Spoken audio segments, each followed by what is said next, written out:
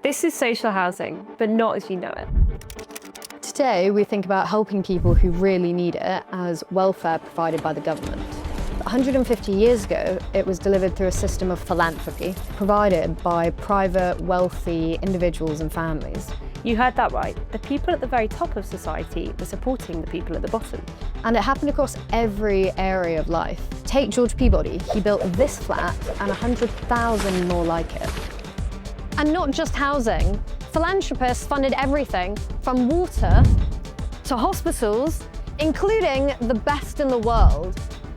Great Ormond Street Hospital was founded entirely on subscriptions and donations for any child, regardless of whether their families could afford healthcare.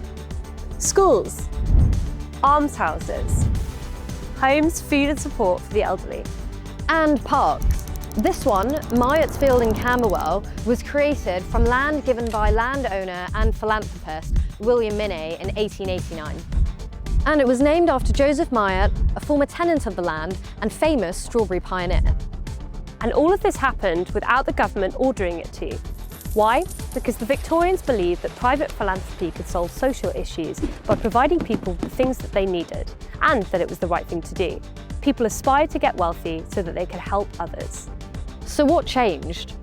Governments took on more and more responsibilities that used to be shouldered by individuals. The world wars made the situation much more extreme. Governments took control of food, employment, transport, housing and healthcare and never really let go. But the point is, it fundamentally changed the expectation of what a government should be responsible for. When governments grow, it changes how the people, you and I, rich and poor, old and young, think and act. If you think something's being dealt with or it's someone else's responsibility, even if it's a bit you're a lot less likely to do something about it yourself. And another thing about governments getting bigger and bigger is that the number of rules and regulations they create just keeps on going up and up. You can't just set up the state-of-the-art school, build a new hospital, or pay for thousands of young people's internet. The truth is, we're a million miles away from the much freer world of the past, where it was far easier to build something big quickly, keeping more of the money that you make, and then doing the right thing with it. Because why wouldn't you?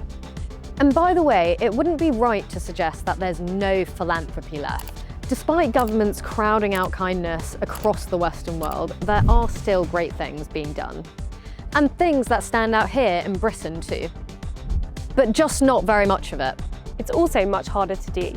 There's very little incentive, and let's face it, rich people are given a pretty hard time, even if they've started from nothing and worked their asses off, even if they were once, like you and me.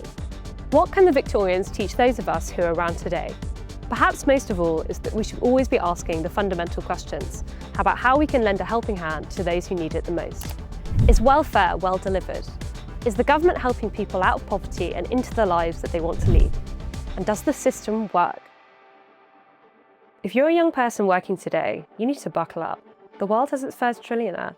More and more people will become unfathomably rich. And actually, the option has never been open to so many of us. It could even be you. In a world where AI either works for you or you are working for AI, we need to make sure as many people as possible are in the first group.